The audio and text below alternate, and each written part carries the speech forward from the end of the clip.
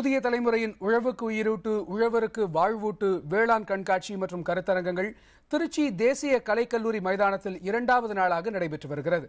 இந்த நிகழ்ச்சியின் ஒரு பகுதியாக ஆடு வளர்ப்பு குறித்து ஆட்டுப்பண்ணை உரிமையாளர் சதாசிவத்தோடு நமது செய்தியாளர் அக்ஷயா கலந்துரையாடியதை கேட்கலாம். திருச்சி தேசிய கல்லூரி மைதானத்துல வேளாண் கண்காட்சி 2வது நாளா நடந்துட்டு இருக்கு.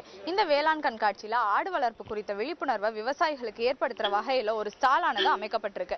டெல்டா மாவட்டங்கள்ல பிரதான தொழிலா இருக்கிறது விவசாயம். விவசாயம் அப்படின்னு சொல்லும் போது நெல், கரும்பு, வாழை ஆகிய பயிர்களுக்கு விவசாயிகள் முக்கியத்துவம் கொடுக்கிறது வழக்கமா இருந்துட்டு வருது. இந்த நடைமுறையிலிருந்து மாறி விவசாயம் சார்ந்த தொழிலான இந்த ஆடு வளர்ப்புக்கு மாறினா அவங்களுக்கு நிறைய லாபம் கிடைக்கும் அப்படிங்கிறது இந்த அம்மன் ஆட்டுப்பண்ணை உரிமையாளர் சதாசிவத்தோட கருத்தா இருக்கு. இப்ப அவங்க நம்மளோட கூட இருக்காங்க. அவங்கள்ட்ட இதை பத்தின கூடுதல் விவரங்களை கேட்கலாம். ஐயா வணக்கம், நீங்க சொல்லுங்க. இப்ப விவசாயிகள் ஆடு வளர்ப்புக்கு மாறினா அவங்க என்ன மாதிரியான லாபத்தை ஈட்டுவாங்க? ஆமா, இங்க இப்ப டெல்டா விவசாயிங்க பாத்தீங்கன்னா பயிர் பண்றதோடவே நிக்கிறாங்க.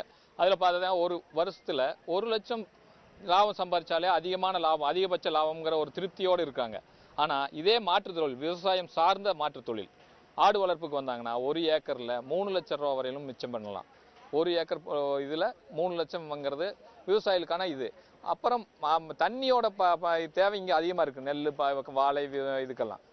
அது ஆடு வளர்ப்புக்கு வரும்போது தண்ணியோட தேவைகள் கம்மியா இருக்கும். அப்ப என்னன்னா ஒவ்வொரு வருடம் நம்ம கர்நாடக விவசாயிகளை நம்பி அவங்க தண்ணி கொடுத்தா தான் நாம் ஜெயிக்கணும், நம்ம விவசாயி ஜெயிக்கணுங்கிற ஒரு நடைமுறை மாறும்போது நம்ம விவசாயிகளும் ஜெயிப்பாங்க.